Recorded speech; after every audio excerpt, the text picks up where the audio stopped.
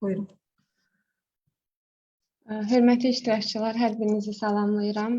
Təşəkkür edirəm 4-cü spikerimizin görüşünə də qatıldığınız üçün. Bugün qonağımız KOBİA regional layihələr ilə iş və monitorinq şöbəsinin rəhbəri Eldəniz Əmirov olacaq spikerimiz. Eldəniz müəllimi salamlayıram və təşəkkür edirəm bugünkü görüşü qəbul edib qoşulduğu üçün.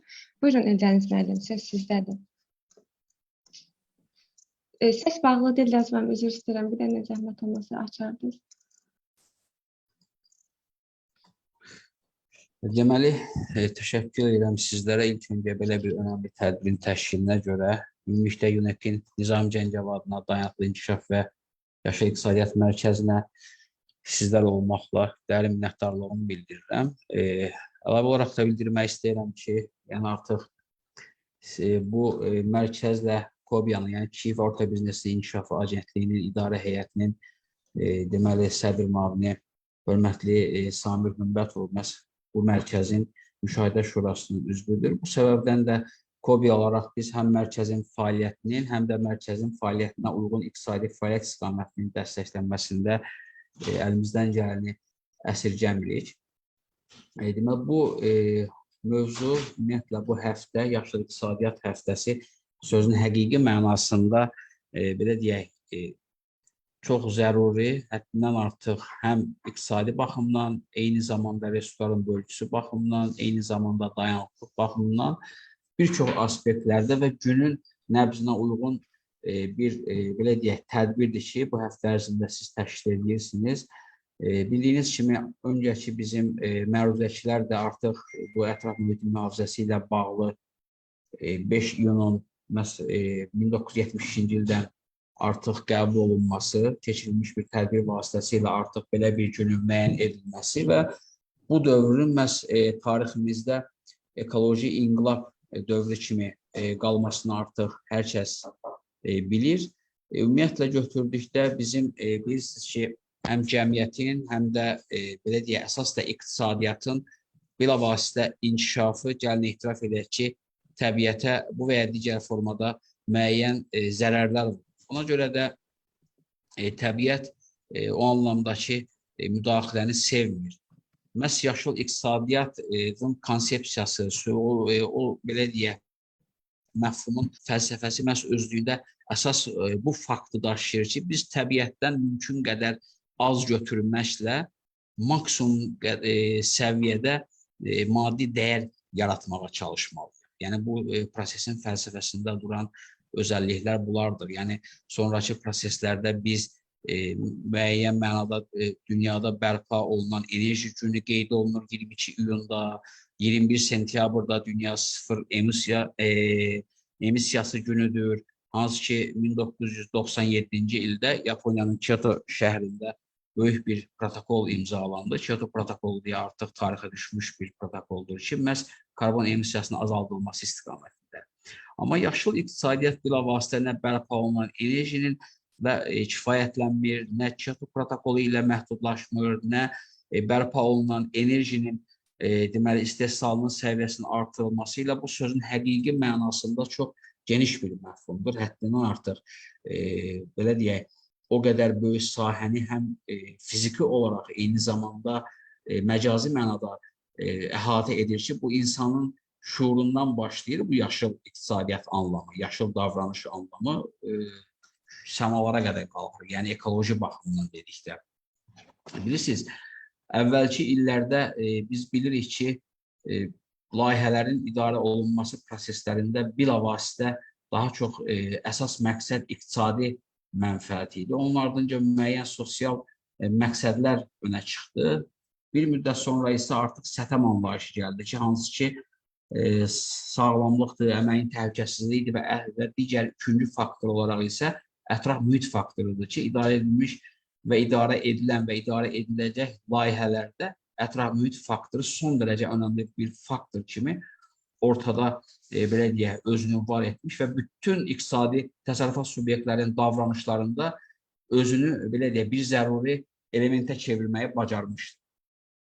Biz deməli, artıq iqtisadi inkişafın sürətlə artması, resursların sürətlə mənimsənilməsi, bilirik ki, daha çox ənənəvi karbohidrogen ehtiyatlarına, ənənəvi enerji ehtiyatlarına əsaslandığından bu təbii şəkildə ekologiya və təbiətə ciddi anlamda zərərlər vurur. Şükürlər olsun ki, ənənəvi deməli ehtiyatlar, enerji ehtiyatları, karbohidrogen ehtiyatları baxımından Azərbaycan kifayət qədər zəngindir. Hardasa məlumat üçün deyim ki, bizim təxminən 7 trilyon barellik bir neft ehtiyatımız, 2,6 trilyon kubmetrlik bir qaz ehtiyatımız vardır ki, bu da nəzərə alsaq ki, ümumi dünyada 2019-cu ilin son bu ənənəvi enerji ehtiyatlarının hesablanmasına görə təxminən 1,7 deməli trilyon barellik bir ehtiyat vardır. Bunun da Azərbaycanın payı əslində götürdükdə heç 1%-ə çatmır, 0,4% anlamındadır. Amma yenə də bizim enerji təminatımızın həyata keçirilməsində eyni zamanda da ölkə iqtisadiyyatının ayaqda durması üçün məhz ənənəvi enerji bizim üçün kifayət qədər belə deyək, hərəkət verici, bizim iqtisadiyyatımız üçün hərəkət verici qüvvə olub. Amma nəzərə alsaq mövcud trendləri və trendlərin istiqamətlərini görürük ki, artıq ənənəvi enerji məfhumu tədricən deməli geri çəkilərək öz payını hissə-hissə alternativ enerjiyə, alternativ istiqamətlərə verir. Bu kontekstdə məsələyə yanaşdıqda düşünürəm ki, biz mümkün yaxın 30 il ərzində ənənəvi enerjimizdən, ənənəvi enerji ehtiyatlarımızdan istifadə etməklə bunu alternativ digər enerji istiqamətlərinə çevirməliyik və bu anlamdakı öncəki deməli çıxışlarda da bizim natiqlərin fikirlərində mən dinlədim. Çox doğru olaraq müxtəlif istiqamətləri səsləndirdilər. Yəni o səbəbdən də mən burada təkrar olaraq bu enerji növləri deyək, dalğadır, ya günəşdir, ya küləkdir, ya sudur, nədir deyə. Yəni bu detallara varıb vaxtınızı almaq istəmirəm.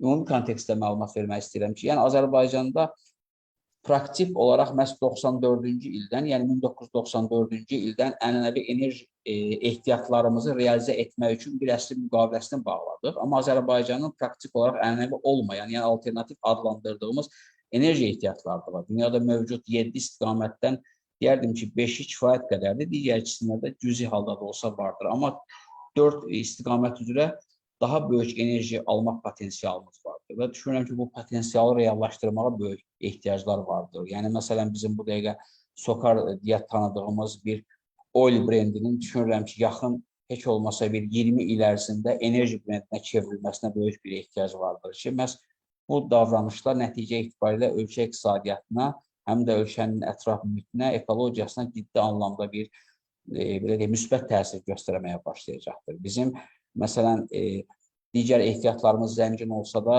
təəssüflə qeyd etmək istərdim ki, məsələn, deməli, alternativ enerji istiqamətlərindən biri olaraq hidroloji enerjinin əldə olunması, hidroloji ehtiyatlardan əldə olunmuş enerji, daha doğrusu, Qafqazda kifayət qədər az səviyyədədir. Təsəvvür edin ki, Cənubi Qafqazın su ehtiyatlarının 62% Gürcüstanın payına düşür, 28% Ermənistanın, Azərbaycana qalan payı isə cəmi 10% həcmindədir. Yəni, bu isə bir daha, belə deyək, Azərbaycanın məhz bu istiqamətdə də olan müəyyən problemli olduğunu göstərir, amma əvəzində bizim dalğa enerjisi kimi daha potensialımız var, digər Cənub Qafqaz ölkələrində yoxdur və yaxud Azərbaycanda qədər deyil, eləcə də günəşlə bağlı, yəni bir çox istiqamətlər üzrə kifayət qədər zəngindir. Bu məsələ Azərbaycan 2030 sosial-iqtisadi inkişafına dair deməli milli prioritetlər Cənab Prezident tərəfindən deməli imzalanmışdır. Burada 5-ci prioritet olaraq məhz belə bir ad seçilmişdir. Təmiz ətraf mühit və yaşıl artım ölkəsi. Yəni ölkənin də, ölkəmizin də ölkə rəhbərliyində məhz bu istiqamətin ən azı 5-ci prioritet olaraq vurğulanması düşünürəm ki, gələcək üçün ciddi anlamda böyük ümidlər verir. Mən istərdim indi məhz təmsil etdiyim Kobiyanın məhz yaşıl iqtisadiyyatından dolayı fəaliyyətinə toxunmaq istərdim. İndi ilk öncə müəyyən bu kontekstdə digər məlumatlardan çıxış etmək istərdim. Amma indi istərəm, əgər mənə icazə verərsinizsə, mən təqdimatı istərdim paylaşım. Buyurun, Eldəniz müəllim.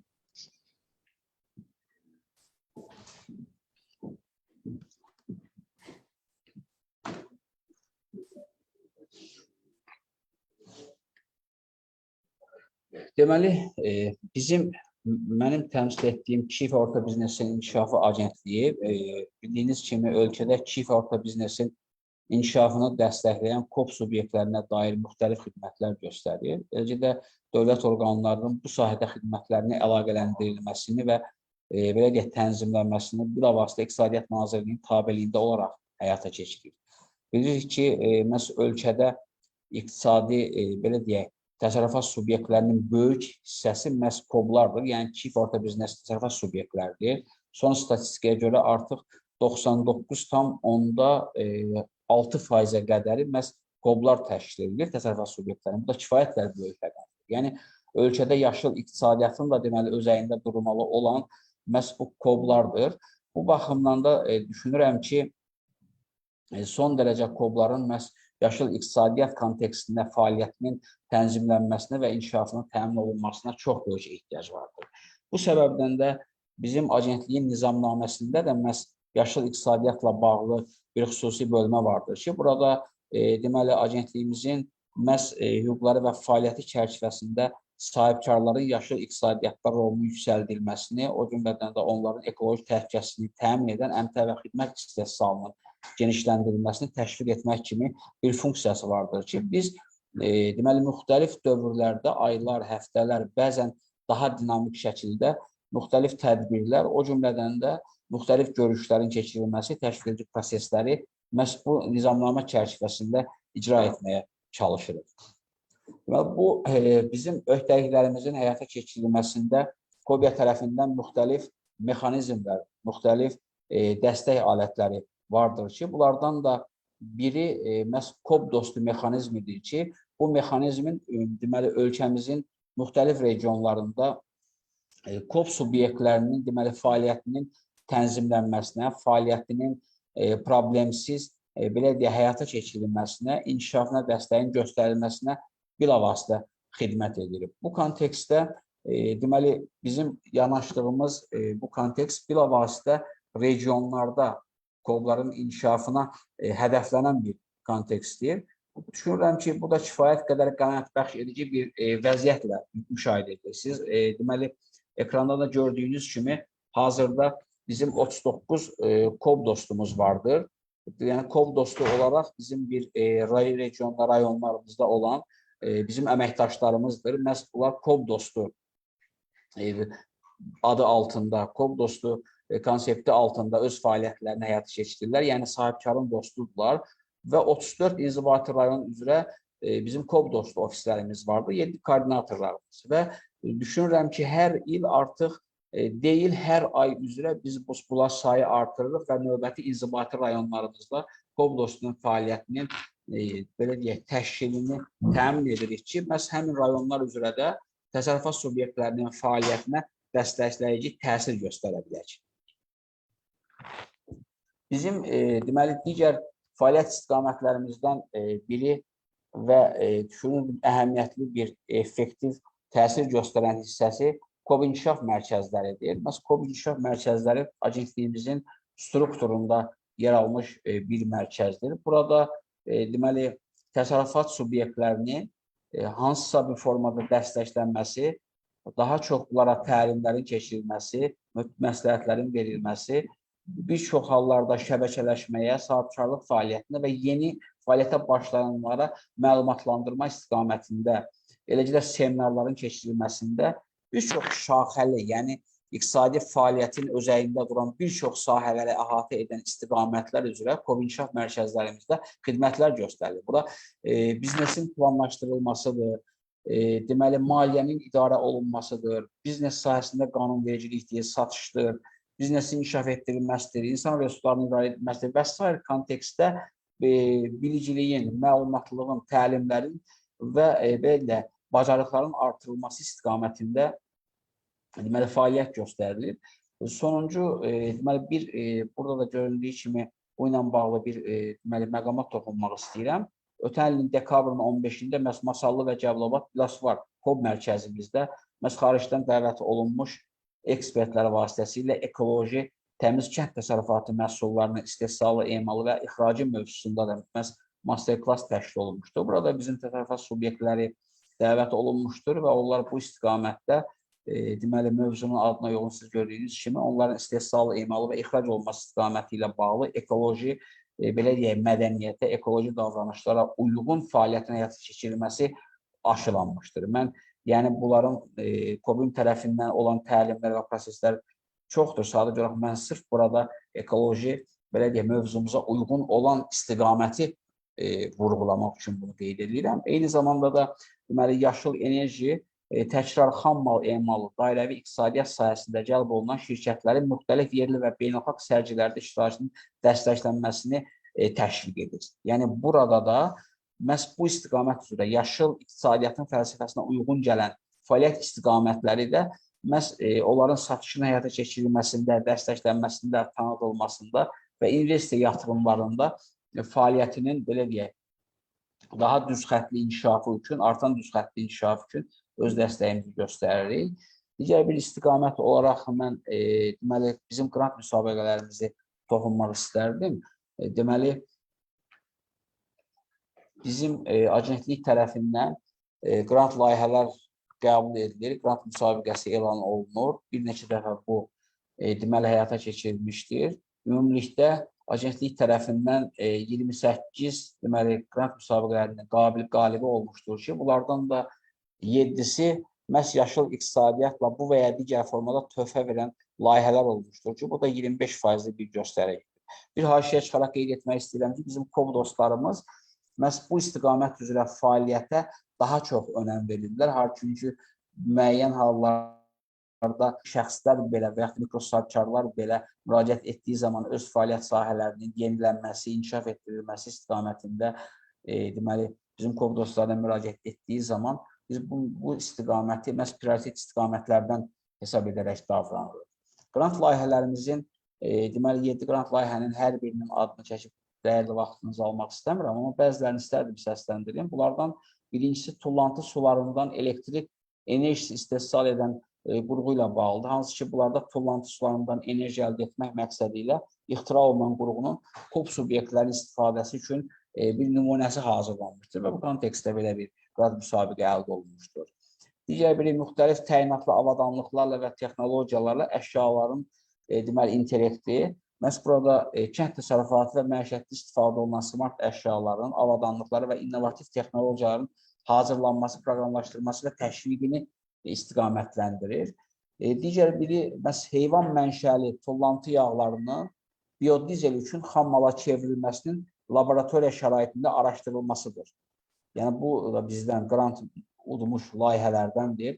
Daha sonra Vibal cihazının, hansı ki, bu elektron təmizləyici cihazdır, ABŞ və Avropa patentlərinin alınması və istehsalına dəstəyin göstərilməsi üçün bizdən qrant verilmişdir. Eyni zamanda, deməli, nəzərə alsaq ki, bizim işğaldan azad etdiyimiz ərazilərdə də ağıllı şəhər konsepsiyası hazırda ən öndə gedən konsepsiyalardan biridir. Məhz bizim qrantlardan biri bu konsepsiyanın fəlsəfəsinə uyğun olaraq işğaldan azad olunmuş ərazilərdə ağıllı şəhər konsepsiyası deməli, aid olan yod cihazlar vasitəsilə tullantıların ağıllı yolla toplanması və emalı ilə bağlı olan bir texnoloji yanaşmaya verilmiş qrant müsabiqəsidir. Digərlərində siz deməli, görürsünüz. Digər bizim istiqamət üzrə mən növbəti slaytımı çevirmək istərdim icazənizlə. Deməli, startap şəhadətnaməsi KOBİA tərəfindən deməli, yeni yaranmış təsərrüfat subyektlərinə yeni elmi, texniki və innovativ texnoloji yanaşmaların tətbiqi ilə belə deyək, hazırlanmış layihələrə və təsərrüfat subyektlərinə verilən şəhadətnamələrdir ki, bu şəhadətnamələrini alan təsərrüfat subyektləri sonraki fəaliyyət dönəmlərində artıq müəyyən güzəştlərlə, verici güzəştlərlə öz fəaliyyətlərini stimullaşdıra bilirlər. Bu 42, indiyə qədər 42 bir startap şəhadətnaməsi bizim agentliyimiz tərəfindən təsərrüfat subyektlərinə tətbiq olunub ki, bunlardan da ikisi məhz yaşıl iqtisadiyyatı töhfə verən layihələrdən hesab edilir. Bu iki əslində gördükdə 42 və 2 rəqəmlər arasında müəyyən o qədər də çox olmaya bilər. Amma nəzərə alsaq ki, bugün bütün dünyada startap şəhadətnaməsi bilavasitə adından da görüldüyü kimi və elmi texnoloji yanaşmaların və bütün dünyada daha çox IT sahəsi üzrə olan istiqamətlər daha çoxdur. Yəni, startap şəhadətnaməsi istəyən təsərrüfat subyektləri bilavasitə daha çox gəlir götürmək məqsədi ilə, daha çox bazarda qalmaq və inkişaf etmək məqsədi ilə təqdim olunmuş layihələrdir, təqdim olunmuş, yaradılmış subyektlərdir ki, və bu subyektlər öz fəaliyyətləri üçün şəhadətnamə almaq istəyirlər. Amma yaşıl iqtisadiyyat həm də çətin bir sahədir. Yaşıl iqtisadiyyat, yəni bilavasitə pul qazanmaq üçün o qədər də imkan vermir. Yaşıl iqtisadiyyat cəmiyyətə və dünyaya, təbiətə və ölkəyə daha çox mənəvi və ekoloji dəyərlər qatan bir fəaliyyətdir. Ona görə də düşünürəm ki, startapların da müəyyən mənada daha çox maddi dəyər dalınca qaçması burada 42 və 2 nisbətini ortaya qoyur. Mən üzr istəyirəm, burada adlarını istərdim səsləndirim. Məhz Sakura Green Energy, MMC litiumun akkumulyatorlarının toplanması və bərpası işinin təşkili ilə bağlı bir müraciət daxil olmuşdur və bu da qiymətləndirilərək startap şəhadətnaməsi verilmişdir. Digəri alt servis MMG-dir ki, bu da fasiləsiz elektrik enerjisi üçün şəbəkə cihazının çox kanallı kommutatordur bu. Onun istehsalı və satışı ilə bağlı startap şəhadətnaməsi bizdən almışdır. Bizim deməli, digər bir dəstək mexanizmimiz DOST mexanizmidir. Bu, dövlət özəl sahibkarlıq subyektlərinin bir tərəfdaş olduğu bir mexanizmdir. Burada dövlətin öz üstünlükləri vardır, sahibkarların öz üstünlükləri. Sahibkarlar bilavasitə öz fəaliyyətləri üçün əlavə zəmanət əldə edirlər, riskləri bilavasitə dövlətlə bölürlər. Eyni zamanda da uzun müddətli geri qaytarıla bilən investisiyalarla bir növ dövləti öz yanlarında görürlər. Dövlət tərəfindən isə təbii olaraq burada öz üstünlükləri vardır, yəni dövlətində. Burada dövlətin büdcəsində deməli müəyyən nəzərdə tutulan investisiya xərclərinin azalmasına xidmət edir. Eyni zamanda öz risklərini özəl sektorla bölüşdürür. İnvestorların təcrübəsindən, yəni perspektiv üçün onların səriştəsindən digər dövlət investisiya layihələrində istifadə edə bilir. Eyni zamanda ölkə infrastrukturunun, özəl sektorun inkişafını belə deyək, aktivləşdirir. Mən məhz bu mexanizmlər əsasında həyata keçirilən sizə Türkiyə modelindən bir misal söyləmək istəyirəm. Məsələn, Türkiyənin yeni açılmış aeroportu məhz bu mexanizm üzərində, hansı ki, dəniz üzərində qurulmuş bir aeroportu biz deyirik, eləcə də yeni salınmış körpülərdir. Türkiyədə bu model daha çox özünü doğruldub. Azərbaycanda da artıq bu istiqamətdə işlərə başlanılmışdır və proseslər davam etməkdədir. Bizim deməli Kobiyanın ətraf mühitə və yaşıl iqtisadiyyata bağlı fəaliyyətləri istiqamətindən biri də məhz Almaniyanın beynəlxalq əməkdaşlıq cəmiyyəti, hansı ki, bu beynəlxalq aləmdə GEZIT olaraq adlandırırıq biz. Bu təşkilatla bağlı Azərbaycan biznes ictimaiyyətində menecerlərin ixtisasının artırılması üzrə Almaniya-Azərbaycan birgə proqramı hazırlanıb və bu proqram çərçivəsində deməli, menecerlər üçün klassifikasiyanın artırılması proqramı həyata keçirilir və müxtəlif sahələrdə fəaliyyət göstərən yerli sahibkarlar Almaniya şirkətlərinin ətraf mühit üçün istehsal üsulları çərçivəsində, belə deyək, ora səyahət edərək müəyyən qabaqcıl texnologiyalara, yaşıl texnologiyada məlumat əldə edirlər. Eyni zamanda bu texnologiyadan istifadə bacarıqlarına yiyələnərək Azərbaycanda tətbiqini həyata keçirirlər.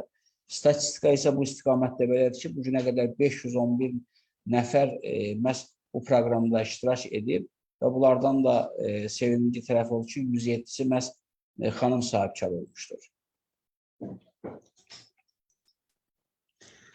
Digər bir istiqamət, öncə də qeyd etdiyim kimi bizim işğaldan azad olunmuş ərazilərimizdə biz bilirik ki, işğaldan azad olunmuş ərazilərimiz həm də alternativ enerji, yaşıl iqtisadiyyat fəlsəfəsinə daha uyğun olan bir coğrafi ərazimizdir. Buranın ekoloji cəhətdən təmiz olması, düzdür, minalar tərəfindən kişiləndirmələr, torpağın falan vardır, amma ümumiyyətlə fəaliyyətin, iqtisadi fəaliyyətin məhdudlaşması, qeyd etdiyimiz kimi səmanın, ümumiyyətlə ekologiyanın daha yaxşı qalmasına gətirib çıxardır. Burada da biz müxtəlif ağıllı kənd layihələrinin icrasına başlanılmışdır ki, bunlardan da biri artıq layihə tamamlanmış və Cənab Prezident tərəfindən artıq bu kəndin açılışı olmuşdur. Hansı ki, Bu kənd Zəngilan rayonunun Ağalı kəndidir. Məhz Kiçik və Orta Biznes İnkişafı Agentliyi təşkil etdiyi biznes təlimlərində məhz bu kəndin 30 nəfər sakini iştirak edib. KOBİA tərəfindən müxtəlif təlimlərdə iştirak edərək sahibkarlıq fəaliyyətinə yönəlik müxtəlif dəstək mexanizmlərindən yararlanıblar. Hazırda siz ekranda gördüyünüz bu şəkil isə, yəni hər hansısa bir internet resurslarından götürülmüş və ya utopik yaradılmış bir foto deyildir. Bu birbaşa Ağalı kəndindən olan bir fotodur. Və orada gördüyünüz kimi KOBİA'nın da deməli fəaliyyətinə aid olan bir hissə vardır ki, məhz işğaldan azad olunmuş ərazilərimizdə də məhz bizim agentlik mümkün qədər öz fəaliyyətini qurmağa və buranın iqtisadi reinteqrasiyasında söz sahibi olmağa, müəyyən pay sahibi olmağa, daha dəqiq desək, çalışır. Daha bir neçə gün öncə deməli ISO 14001 sertifikatı ilə bağlı Ekologiya və Təbii Sərvətlər Nazirliyi ilə KOBİA arasında müəyyən bir layihənin icrasına deməli başlanılmışdır. Bu ki, deməli ətraf mühitin idarə edilməsi sisteminə uyğun olaraq tələblərə cavab verə biləcək təsərrüfat subyektlərinə bu sertifikatlar verilir və bu sertifikatları sahibkarların cəlb edilməsi, bu istiqamətdə çalışan sahibkarlar təlimlərin keçirilməsi, sahibkarların cəlb olunması, daha sonra isə Ekologiya və Təbii Sərvətlər Nazirliyi tərəfindən, mütəxəssislər tərəfindən məhz bu tələblərə cavab verən, bu sertifikatın hansı ki, zəruri tələbləri vardır. Bunlara tələblərə cavab verən səviyyədə sahibkarlar hazırlanaraq, onlara bu sertifikatlar təqdim olunur. Düşünürəm ki, bu sertifikatlar da onların növbəti fəaliyyətləri üçün, gələcək fəaliyyətləri üçün öz ciddi töhfəsini verməmiş olmayacaqdır. Deməli, burada investisiya layihələrini mən qeyd etmək istərdim. Bizim, deməli, bu il ərzində ölkə üzrə regionlarımızda müəyyən biznes subyektləri var, müəyyən təsərrüfat subyektləri var ki, bunların reallaşdırmağa pulları yoxdur, vəsaitləri yoxdur. Bəzisinin, deyək ki, maliyyədən başqa olaraq hüquqi tərəfdən, bilgisizlik tərəfdən, təlim tərəfdən, biznes planının yazılmasına ehtiyac var. Müxtəlif səpkili problemləri vardır. Bu kontekstdə də biz məhz bu ilin əvvəlindən həmin öncə qeyd etdiyim KOB dostlarımız vasitəsilə deməli, istəkli tərəflərin məhz müraciətlərini qəbul etdik. Bu nədən ibarət idi? Biz bunu şərti olaraq kataloq adlandırırdıq. Yəni, bunu necə adlandırmamızdan asılı olmayaraq təsərrüfat subyektlərinin istəklərini biz qəbul edirdik ki, insanların nələri var və nələrə ehtiyac duyurlar, hədəfləri nədir? Bu səbəbdən deməli, biz bu fəaliyyəti həyata keçirərək 17 qısa müddət ərzində 17 investisiya layihəsi cəlb olundu. Buradan da göründüyü kimi, məhz iqtisadi rayonlar üzrə təsdiqləşdirmişik. Abşeron Xızı rayon üstünlük təşkil edir. Fəaliyyət istiqamətləri üzrə isə məhz sənaye üstünlük təşkil edir. Ümumi dəyərdə məhz 18 milyondan artıq bir dəyəri ehtiva edən layihələr məcmusudur. Biz bunu artıq topladıqdan sonra bunların içərisində məhz ekoloji təyinatlı layihələr də vardır. Biz bunları investorlara ötürdük və hansı ki, investorlar vasitəsilə bunların reallaşdırılması məhz regionlarımızda olan təsərrüfat subyektlərinin, o cümlədən də regionlarda həm məşğulluğun, həm iqtisadiyyatın, həm gəlirliyin, yəni artıq iqtisadi belə deyək detallardır ki, bunların hər birinə öz müsbət töhfəsini verə bilər. Daha sonra biz bununla da belə deyək, bəs demədən məhz Kiçik Orta Biznesin İnkişafı Agentliyinin internet resurslarında, belə deyək, rəqəmsal resursları üzərində məhz investisiya portalı yaratmışıq. Hazırda bu investisiya portalı işlək vəziyyətdədir. İstənilən təsərrüfat subyekti bu portal üzərindən müraciət edə bilər və bu müraciətlər təbii olaraq açıq müraciətlərdir. İnvestorlarla birbaşa da əlaqə mümkündür, KOBİA vasitəsilə də əlaqə mümkündür. Hətta burada portaldan istifadə ilə bağlı problemlər yarandıqda yenə əməkdaşlarımıza da müraciət etmək mümkündür. Yəni, düşünürəm ki, mövcud investisiya layihələrinin həyat keçirilməsi üçün KOBİA tərəfindən də bu kimi imkanlar yaradılmışdır. Deməli, mən tullantısız ətraf mühit başlığında bir məsələyə də vurğulamaq istəyirəm. Öncə qeyd etdiyim kimi, müxtəlif istiqamətlərin bir təmərküzləşməsi olaraq bir fəaliyyətlərimiz idi qeyd etdim. Amma bəzən görürsünüz, müəyyən kənara çıxmalar zamanında, yəni cari şəkildə müəyyən layihələrimiz icra olunur ki, birbaşa biz bunu hansısa bir formada yaşıl iqtisadiyyata belə aid etməsək belə, amma onun daxilində belə mütləq şəkildə yaşıl iqtisadiyyatın belə deyək, elementlərini qabartmağa çalışırıq və hansısa bir formada öz töhfəsini verməsinə çalışırıq. Məsələn, bir müddət öncə bir dəfəlik plastik qabların istehsalının və satışının qadağan olunması ilə bağlı, ticarət şəbəkələrində satışının yığışdırılması ilə bağlı bir hüquqi sənəd qüvvəyə mindikdən sonra biz bu istiqamətdə sahibkarlarla işləməyə başladıq və bu tələblərə uyğun digər istehsal vasitələrinin yaradılmasını və istehsalını təşviq etməyə başladıq. Hansı ki, biz bilirik ki, müəyyən bu tip qabları məhz plastik yox, məsələn, taxılın biz tullantı olaraq atdığımız hissələrini hazırlamaq üçün bir texnologiya var. Bu texnologiyaların gətirilməsini, təşviq olunmasını və bununla bağlı hətta müraciət eləmişdi, agentliyə belə müraciət edərək buna xüsusi şəhadətnamə da ala bilərlər, yəni tam yekunlaşdırılmış formada olarsa. Eləcə də biz deməli Qəbələ rayonunda məhz lavanda festivalı keçirilmişdi və bu kontekstdə də burada da məhz ətraf mühitə xidmət edən bizim fəaliyyətimizdən biri olmuşdur. Digər bir istiqamət üzrə məhz Daşkəsən rayonunda arıçılıq təsərrüfatının inkişafına dəstək layihəmiz olmuşdur və o layihə çərçivəsində belə biz Azərqotla birlikdə məhz ağac əkmə aksiyasını keçirmişdik ki, yüzlərlə ağac əkilmişdi tərəfimizdən və düşünürəm ki, bu sahə də nəzarətdədir. Digər bir istiqamət deməli polietilən torbalarla bağlıdır ki, bir müddət öncə bildiyiniz kimi artıq polietilən torbaların qalınlığından və onların tərkibindən asılı olaraq ticarət şəbəkələrindən yığışdırılması və müəyyən qalınlıqda olması kimi məsələlər öz hüquqi tərəfdən öz əksini tapmışdır. Deməli, İqtisadiyyat Nazirliyində məhz Ekologiya Nazirliyinin anti-insar deməli xidmətinin nümayəndələri və o cümlədən də iri ticarət şəbəkələrinin rəhbərləri ilə birgə görüş keçirilmişdir və bu görüşdə məhz bu problem qabardılmışdır ki, çünki hazırda yenə onların belə deyək, qalınlığı, onların lazım olan tələblərə cavab verməməsi problemdir.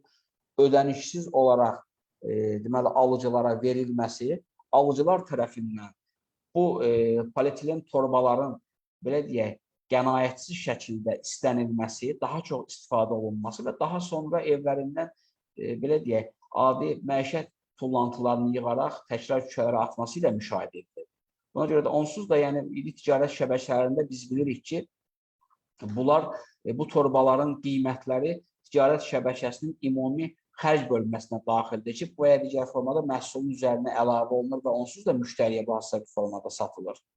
Bununla bağlı məsələ deməli gündəmdədir ki, məhz bu torbaların məhz çeklər üzərində, verilən ödənişlər üzərində belə müəyyən qiyməti yazılsın, 3 qəpik, 5 qəpik, hansısa bir məbləğdəki alıcı özü də başa düşsün ki, yəni bu pulladır, 5 qəpikdə olmuş olsa, müəyyən limitlə istifadə edilsin və bu torbalardan alternativ digər ekoloji cəhətdən zərərsiz torbaların da deməli alıcılara təklif olunması ilə bağlı məsələləri biz müzakirə etdik. Yəni bu qəbildən olan bizim davranışlarımız deyək, çoxdur. Mən sadəcə olaraq 4 istiqaməti burada qeyd elədim, müxtəlif sahələrə üzrə ki, əslində burada kifayət qədər istiqamətləri əhatə eləmək olar.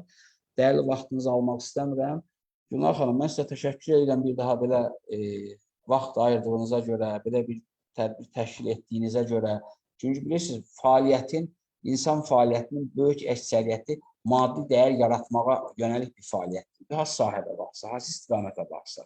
Əslində sosial, ekoloji falan dediyimiz bir şeylərin arxasında belə bir maddi dəyər anlamı məfhumudur. O baxımdan heç olmasa o məfhumun içərisində yaşıl iqtisadiyyat fenomeninin olması, ekoloji durumun nəzərə alınması son dərəcə həm ölkəmiz üçün, həm cəmiyyətimiz üçün son dərəcə vacibdir. Həm də axı bu tip davranışlar bilirsiniz, bir cəmiyyətin həm də bir güzgüsüdür. Yəni maddi cəhətdən, pul cəhətdən, iqtisadi cəhətdən inkişaf etmək ötən əsrlərdə bir ölkənin müsbət göstəricisi idi.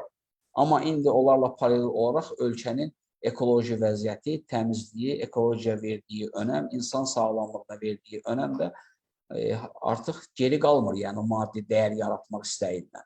Bu səbəbdən sizin fəaliyyətinizi mən çox yüksək qiymətləndirirəm, həm öz adımdan, həm bizim agentliyin adından, o cümlədən də idarə heyətinin sədri hansı ki, sizin Məhz mərkəzin müşahidə şurasının üzvüdür Samir Ülqatov adından, hər kəs adından, bizim agentlik adından sizə təşəkkürümü bildirirəm. Çox sağ olun. Çox sağ olun Eldəniz müəllim, təklifimizi qəbul edib qatıldığınız üçün və maraqlı təqdimatınız üçün. Hal-hazırda bizim fəaliyyətimiz Kobya ilə davam edir. Hətta bundan əvvəl də görüşümüz olmuşdu. Ekosənaye parkları ilə bağlı KOB dostları da orada iştirak edirdi. Sənaye parkları rezidentləri iştirak edirdi və Kobyanın təşkilatçılığı ilə də bir görüş keçirmişdik daha əvvəl Kobya ilə. Hal-hazırda burada iştirak edən iştirakçılarımızın sualı, fikri, töhfəsi varmı? Sualı olanlar zəhmət olmasa. Olar Gülnaz xanım, mən bir... Buyurun Arif müəllim. Eldəniz müəllim, çox sağ olun, çox diqqətlə dinlədik sizin məlumatları. Bu bizim bu dəqiqə ən, belə deyək də, vacib olan, ölkə iqtisadiyyatımızda vacib olan məsələlərdən biridir. Son illərdə davamlı inkişaf termini çox dəbdədir. Bəziləri bunu ola bilər ki, mahiyyətin tam belə deyək də, özlərinə izah edə bilmirlər. Siz dediyiniz vacib məsələlər bu davamlı inkişafın əsas komponentlərindən biridir. Yəni, iqtisadi inkişaf, sosial inkişaf və ekologiya problemləri. Ona görə bu sahədə həm bir tədris müəssisəsi kimi bizim də üzərimizə böyük işlər düşür. Yəni, gələcək mütəxəssislərin hazırlanmağında ekologiya, ətraf mühitin nə qədər vacib olduğunu onlara asılamaq, ümumiyyətlə gələcək sahibkarlarında ekologiya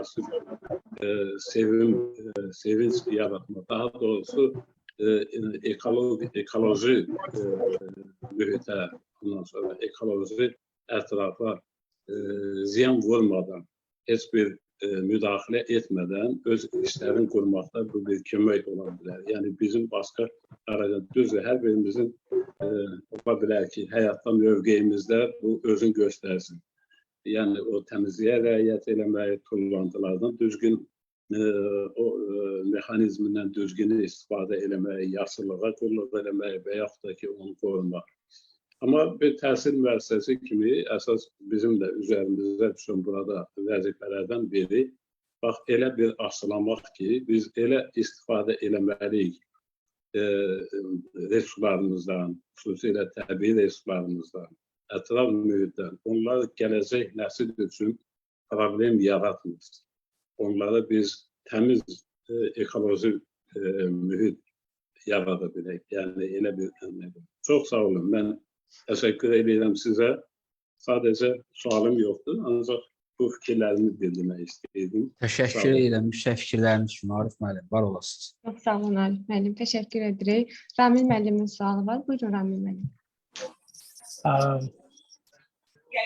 Salam, təşəkkür edirəm maraqlı təqdimat üçün. Təbii ki, Kobya çox böyük işlər görür, həm kiçik və orta sahibkarlıq üçün, həm regionlarda sahibkarlığın inkişafı üçün ümidlər də çoxdur. İndi hal-hazırda səhv etmirəmsə 24% ümumi daxili məhsulun 24% kiçik və orta sahibkarlığın üzərinə düşür. Ancaq bunun 50%-ə qədər artırılması planlaşdırılır. Çünki dünyada orta göstərici odur. Sualım belədir, yəni xüsusilə bu yaşıl iqtisadiyyata diqqəti və investisiyalar artırmaq üçün xarici ölkələrdə yaşıl bank və yaşıl fond konsepsiyaları var. Onlar da sırf yaşıl iqtisadiyyatla məşğul olan, o sahədə fəaliyyət göstərən təsərrüfatları dəstəkləmək üçün nəzərdə tutulur. Belə bir plan varmı Kobyada? Ya bəlkə özünün indiki birgə fondunu istifadə edərək bu cür layihələrə dəstək olması planlaşdırılırmı? Təşəkkür edirəm. Çox sağ olun. Çox sağ olun Ramil. Çox sağ olun suala görə Ramil müəllim.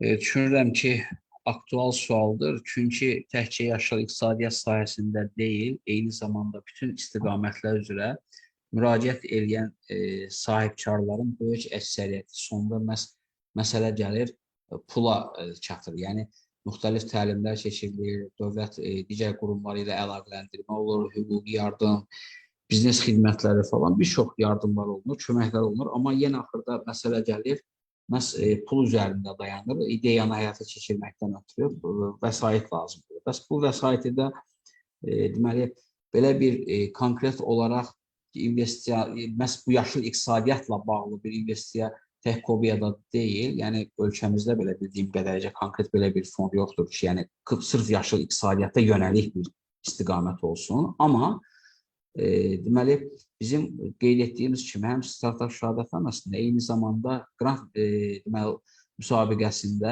bilavasitə bu tip elmi texniki yanaşmalara və innovasiya yanaşmalara, o cümlədən də məhz ekoloji cəhətdən daha səmərəli olan və önəmli olan istiqamətlər üzrə təqdim olunmuş deməli layihələrə məhz qrantlar verilir agentlik tərəfindən. Eyni zamanda da bildiyiniz kimi sahibkarlığın inkişaf fondunda deməli kreditlərin və güzəştli kreditlərin verilməsi və dəstəyin göstərilməsi üçün müəyyən istiqamətlər var ki, bu istiqamətlərdə həm də bu istiqaməti əhatə eləyir. Yəni hazırda bu vəziyyət qeyd etdiyim səviyyədir. Amma nəzərə alsaq ki, məhz bizim daha çox yaşıl iqtisadiyyatı istiqamətləndirməkdən ötürü belə deyək, ölkəmizin hazırki məqamda biz pilot ərazi deyək, ya hansısa bir formada daha aktual olan bir hissəsi işğaldan azad etdiyimiz ərazilərdir. 10.000 kvadrat kilometrə yaxın bir ərazi işğaldan azad edilir və bu ərazilərdə bu addımlar daha çoxdur. Bununla bağlı da bizə təxminən deməli müxtəlif müraciətlər, məhz burada fəaliyyət qurmaq istəyən təsərrüfat subyektlərinin müraciətləri məhz bizə ünvanlanır. Təsəvvür edin ki, bir 1200-dən bir qədər artıq deyək də, 1200 ətrafında təxmini deyək ki, bir sahibkar məhz bu ərazidə fəaliyyətlə bağlı müraciət edib və müraciətlərin içərisində məhz bu kontekstdə də olan müraciətlər var. Yəni yaşlı iqtisadiyyata dolayı. Təbii o xarici şirkətlər də 500-ə yaxın xarici şirkət də var müraciət edib bizə.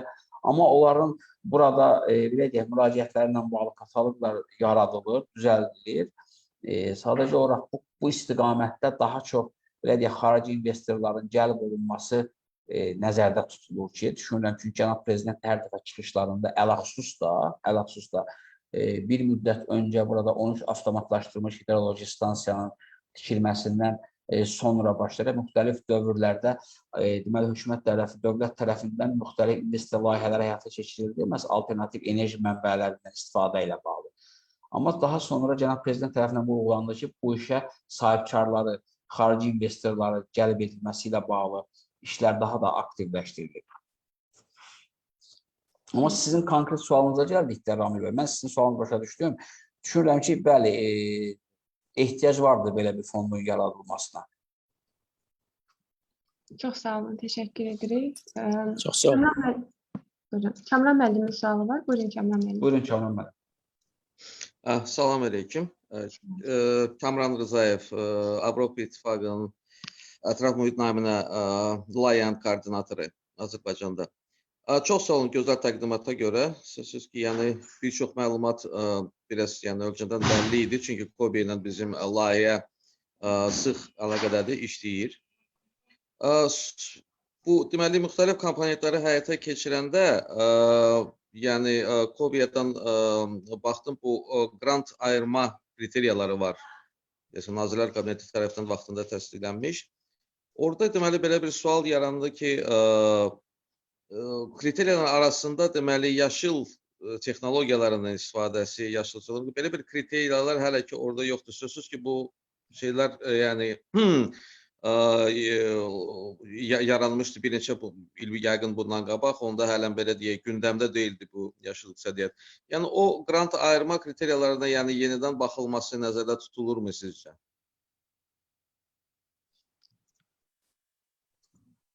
Kamran müəllim, çox sağ olun suala görə.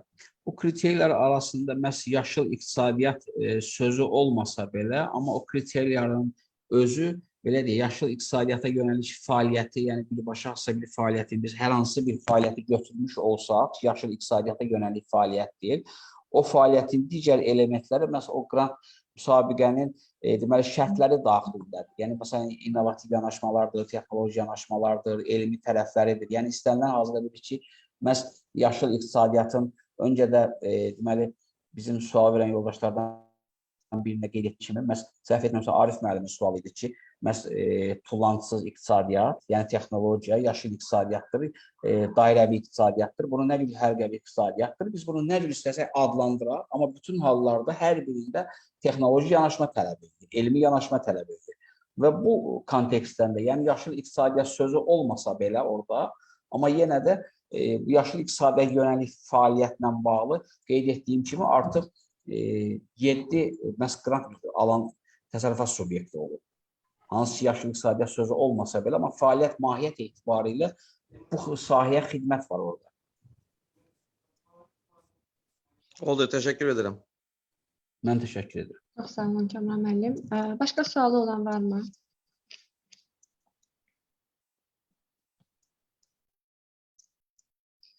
Eldəniz müəllim, mən bir sual vermək istəyirdim. Məlumatlandırma ilə bağlı.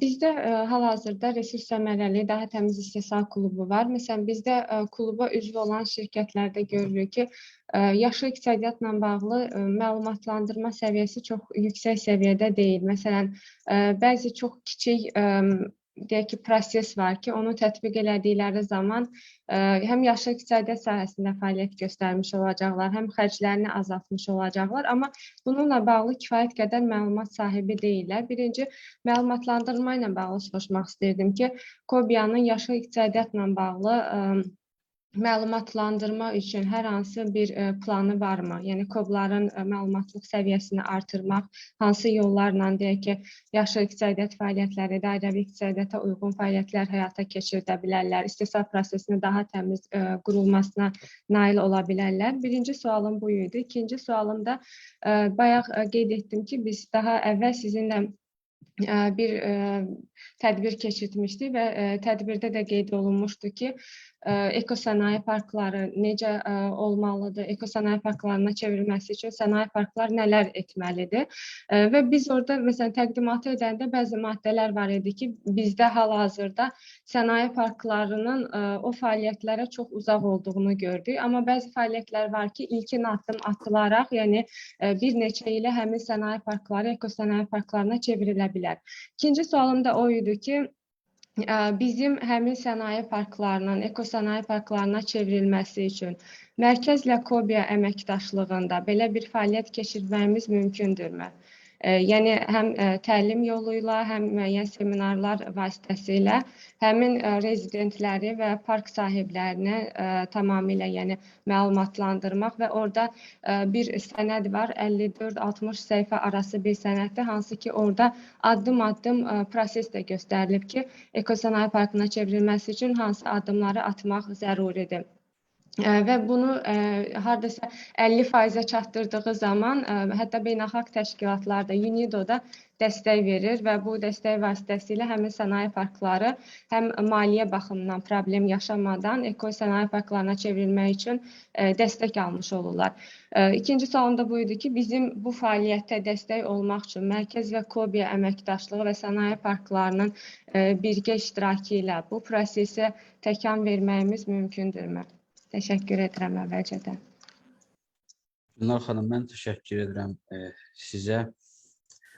Deməli, birinci sualınız yaşlı iqtisadiyyatla bağlı, ümumiyyətlə ətraf mühitə yönəlik fəaliyyətlə bağlı, daha doğrusu öz fəaliyyətlərində ətraf mühitin düşünülməsi ilə bağlı. Bəli, bizim KOB dostları tərəfindən bilavasitə regionlarda vaxtaşlı sahəvi görüşlər keçirilir. Müxtəlif bu görüşlər həm, belə deyək, müəyyən planlar üzrə olur və yaxud da növbədən çıxanlar görüşlər də olur və bu görüşlərin hər birində son dövrdə bu məsələ aktual olaraq KOB dostları tərəfindən sahibkarlara aşılanır.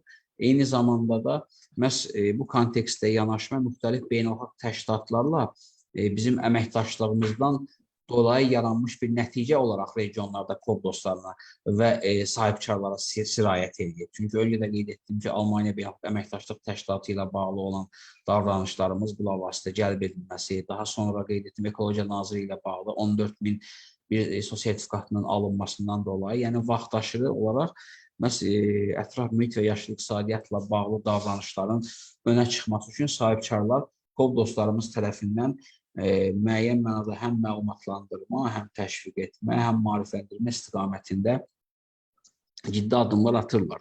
O ki qaldı, deməli qeyd etdiyiniz kimi sənaye parklarının ekosənaye parklarına çevrilməsi ilə əlaqədar sizin mərkəzlə bizim agentlik arasında əməkdaşlığa bilirsiniz, bizim deməli agentlik ümumiyyətlə müsbət yöndə olan bütün əməkdaşlıqlara hər zaman açıqdır. Məhz bunun da bariz nümunəsi olaraq elə bizim agentliyin sizin mərkəzin müşahidə şurasında yüksək səviyyədə belə deyək də agentliyin idarə heyətinin sədri Samir Hümmətov tərəfindən orada müşahidə heyətində yer alması bunu göstərir. Düşünürəm ki, bu məsələdə də heç bir problem olmaz. Bizim yəni ən doğal funksiyalarımızdan, vəzifəmizdən biridir ki, ölkədə sahibkarlığın inkişafına dəstək olaq, qeyri-neft sektorunun inkişafına dəstək olaq. Bilirik ki, qeyri-neft sektorunda sənaye parkları hansı səviyyədədir, nə qədər önəmlidir. Eləcə də ölkənin, belə deyək, qeyri-neft sektorundan asıllığının azaldılması üçün sənaye parklarının yeri hardadır. Bu baxımdan düşünürəm ki, agentlik tərəfindən hansısa bir problem olmaz ki, sizdən əməkdaşlıq. Böyük məmnuniyyətlə biz əməkdaşlığa hazırıq. Çox sağ olun Dəniz müəllim, təşəkkür edirəm. Mən təşəkkür edirəm. Vüqar müəllimin də sualı var idi. Buyurun Vüqar müəllim. Salam, hər kəsi salamlayıram. Bugün artıq 4-cü belə gözəl görüş keçirilir, həm maraqlı, həm faydalı. Bundan ötürü Pınar xanım sizə, Rəna xanım misalında bütün Rabiyyatın minnətdarlığını bildirim. Eyni zamanda bizim bugünkü qonağımız Eldəniz müəllimi salamlayıram. Eldəniz müəllim təşəkkür edirəm, maraqlı və faydalı. Mən təşəkkür edirəm sizə. Məlumata görə. Əslində mən sual vermək fikrində o qədər deyildim, çünki qismən sualıma cavab aldım bundan qabaqki suallarımda. Mən demək istəyirəm ki, məsələn, bizim Mingəçevir Dövlət Universitetinin bu olaraq burada 4-cü görüşdə də yenə baxıram, xeyli adam bizdən iştirak edir Mingəçevir Dövlətində. Bu çox fərəhləndiricidir. Bu da təsadüfüdür, çünki Kobiya ilə bu və digər şəkildə Mingəçevir Dövlət Universitetində də tanışlıq var. Əməkdaşlıq deməzdim, hətta amma belə deyəm ki, bizim mərkəzdə dəvət olunmuş müəllimlər olub ki, sizin xətlə təlimlər keçirdir yerli sahibkarlara, aşağı kiçik təlimlər olubdur. Mən elə sualım da bu kontekstdə olacaqdır. Siz yenə təkrar edirəm, buna qismən cavab verir. Kobiyanın nümayəndəsi olaraq sizin təmsil etdiyiniz qurum ali təhsil məsələləri, mən bu sualı niyə verirəm, yəni təkrar edirəm, burada ali təhsil məsələləri, universitetdən olan əməkdaşlar, tələbələr hətta iştirak edirlər. Nə dərəcədə fəaliyyətiniz, əməkdaşlığınız qurulur, xüsusilə yaşıl iqtisadiyyata aid olan istiqamətdir. Çox sağ olun, Bəri başım, təşəkkür edirəm. Çox sağ olun Vüqar müəllim. Çox sağ olun Vüqar müəllim, minnətdaram. Deməli, bizlə ali təhsil müəssisələri arasında müxtəlif əməkdaşlıq formaları vardır və bu gün də davam edir. Hətta təkcə ali deyil, digər təhsil mərhələlərində əks olunmuş bir təhsil müəssisələri ilə də bizim əməkdaşlığımız və birgə həyat keçirdiyimiz layihələr var. O ki, qaldı, deməli, ali təhsil müəssisələrində yaradılmış elmi mərkəzlər və Kobiya arasında, Kobiyanın əməkdaşları arasında olan əlaqəyə mən özüm, deməli, UNEC-də, yəni İqtisad Universitetində Kobilarla bağlı elmi tədqiqat mərkəzinin üzvüyəm. Eyni zamanda bizim Kobi Dostluq Departamentinin sədr müavini, direktor deməli müavini bizim Adil müəllim Əhmədov məhz bu mərkəzin üzvüdür. Eyni zamanda İqtisad Universitetinin müəllimidir. Öncə də qeyd etdiyim kimi, məhz yaşıl iqtisadiyyat üzrə fəaliyyət göstərən elmi mərkəzləri arasında özünə məqsədə uyğun şəkildə, belə deyək, öz fəaliyyətini yuxarı səviyyədə quran, məhz Gülnar xanımın təqdim etdiyi bu mərkəzin müşahidə şurasında məhz agentliyimizin idarə heyətinin sədr müavini təmsil olunur. Buna görə də düşünürəm ki, biz istənilən özümüz tərəfindən də müraciətlər olunur. Eyni zamanda ali məktəblər tərəfindən də Kobiya olunmuş istənilən müraciətə biz açırıq.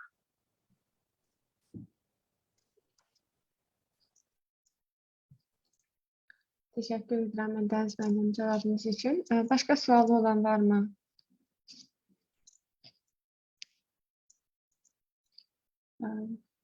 Buyurun Ruhiyyə xanım.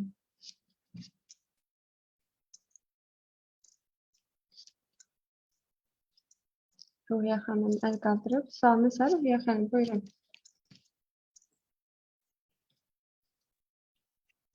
Təşəkkür edirəm Günar xanım. Mən təşəkkür ederim. Eldəniz mənim çox təşəkkür edirəm maraqlı məruzəniz üçün. Həmçinin də aktual mövzudur həqiqətən. Mən Kobiya xətti ilə bundan əvvəl də sahibkarlar üçün, eləcə də digər fiziki şəxslər üçün və ümumiyyətlə müxtəlif istiqamətli məlumatlı xarakterli təlimlərində də iştirak eləmişəm. Xüsusilə Bakı Dövlət Universiteti ilə birgə layihə əsasında keçirilmiş bu layihələrin yazılması ilə bağlı bir təlimdə də iştirak eləmişəm. Yəni, sahibkarlıq inkişafı ilə bağlı həqiqətən müxtəlif, yəni həqiqətən faydalı addımlarınız var. Mən başqa aspektdən soruşmaq istəyərdim. Layihələrin icrasında maliyyələşdirmə və bu istiqamətdə fərdi şəxslərin dəstəklənməsi ilə bağlı. Yəni, istər-istəməz hamı birdən sahibkar kimi başlamır da, tədricə məsələn kimsə ilk addımı ata bilir. Bax, belə fərdi şəxslər müraciət edərsə, bu istiqamətdə dəstəkləmə mümkündürmü? Yəni, sahibkar olaraq yox, başqa istiqamətdə. Sualım budur, təşəkkür edirəm. Çox sağ olun Ruhiyyə xanım. Ruhiyyə xanım, çox sağ olun, təşəkkür edirəm mən də. Deməli, fərdi olaraq müraciət etmiş şəxslərin sahibkarlıq fəaliyyətinə başlaması üçün Kobiya nə edir? Nəzərə alsaq ki, Azərbaycanda, ümumiyyətlə dünyada da hər bir ölkə üzrə orta statistikanı biz götürmüş olsaq, mikro sahibkarların sayı həm orta, həm kiçik sahibkarlardan dəfələrlə çoxdur. Bu sayının artırılmasında, belə deyək, mövcud mexanizmlər fürsət verib ki, sahibkarlar yaranır.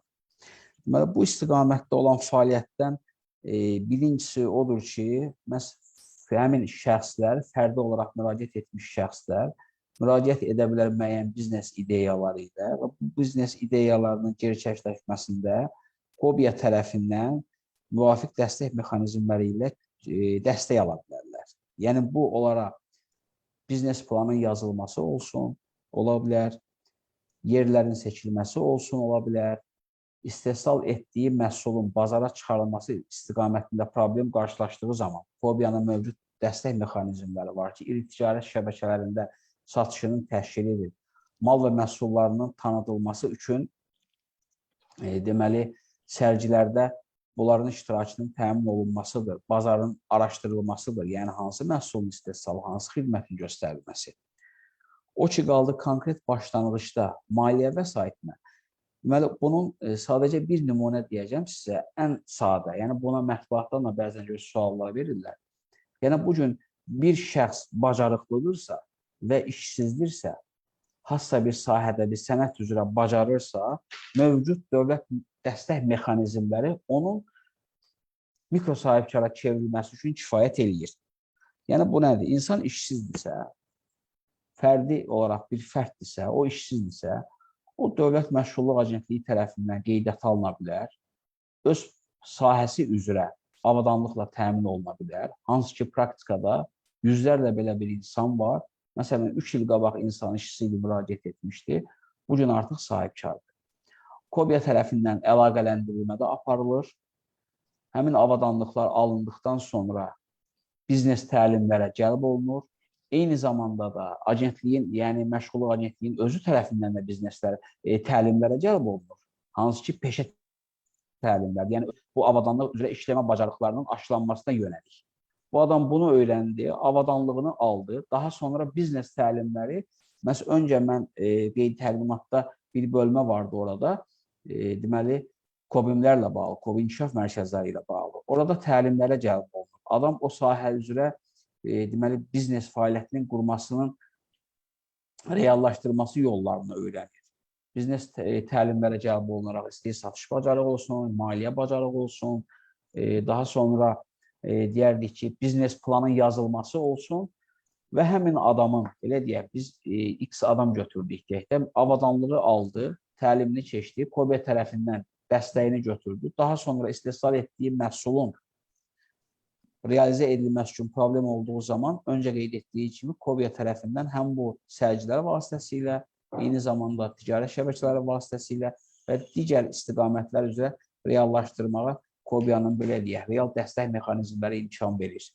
Mən deməli burada da düzdür, burada indi bizim iştirakçılarımız arasında yəni o kateqoriyadan insanın olacağını düşünmürəm, amma mətbuat üzərində hər zaman da bunu səsləndirirəm ki, yəni bir insanın biznes qurması üçün ən sadə və bütün boşluq olmayan bir sxemadır, bir trayektoriyadır ki, bu trayektoriya üzrə istedadlı insan öz biznesini qura bilər.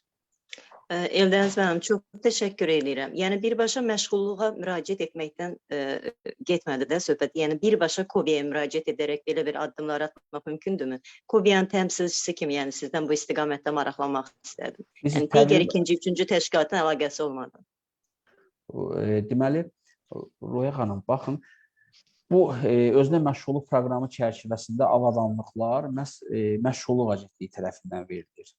Məşğulluq, deməli, burada bir variant budur ki, məşğulluq agentliyinə müraciət olunur, onlardan avadanlıq aldıqdan sonra biz tərəfindən digər dəstəklər göstərilir. Digər bir istiqamət isə odur ki, bizə müraciət olunur. Yəni, baxmayaraq ki, mən bir neçə dəfə də vurğulamışam, baxmayaraq ki, biz adımız nədir? Kiçik və orta biznesin inkişaf agentliyi.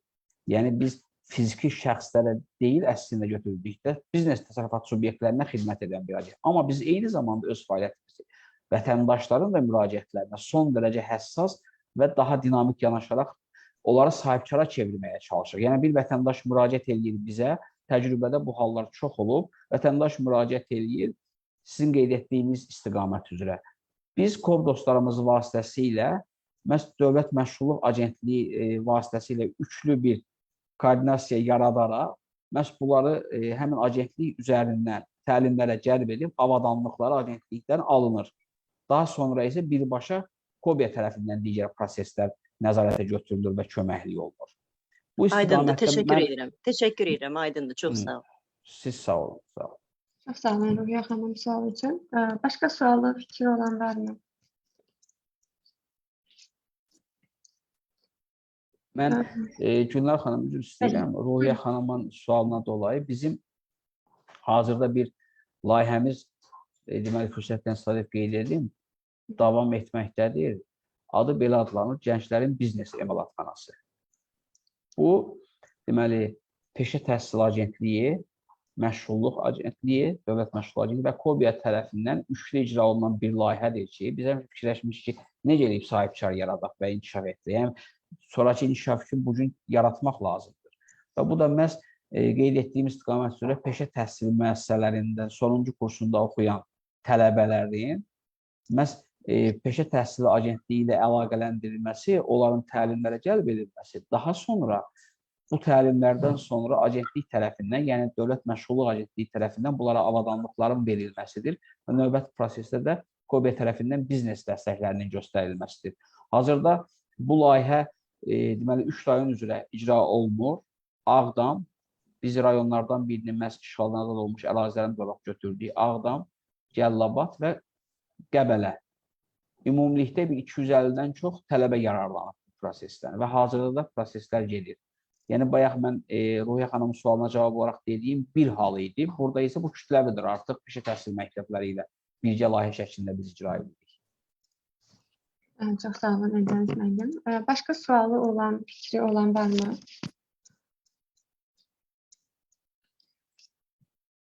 Yoxdur. Eldəniz müəllim, təşəkkür edirəm bugünkü təklifimizi qəbul edib görüşdə iştirak etdiyiniz üçün. Çox sağ olun, maraqlı təqdimatınız üçün. İştirakçıların hər birinə çox təşəkkür edirəm. Yenə 4-cü gündə də bizi tək qoymadılar, qoşuldular. İnşallah sabah Yaşıl İqtisadiyyat həftəmizin son görüşü olacaq və Bakı Nəqliyyat Agentliyindən çıxış olacaq. İnşallah sabahki görüşdə də hər birinizi görmək çox xoş olar. Təşəkkür edirəm təkrar bugün burada iştirak etdiyiniz üçün. Hər birinizə xoş gün arzu edirəm. Mən təşəkkür edirəm. Mən təşəkkür edirəm. Sizlərə də, iştirakçılara da dəyərli vaxtından ayırdılar, qoşuldular. Çox sağ olun. Hər birinizə təşəkkür edirəm. Çox sağ olun.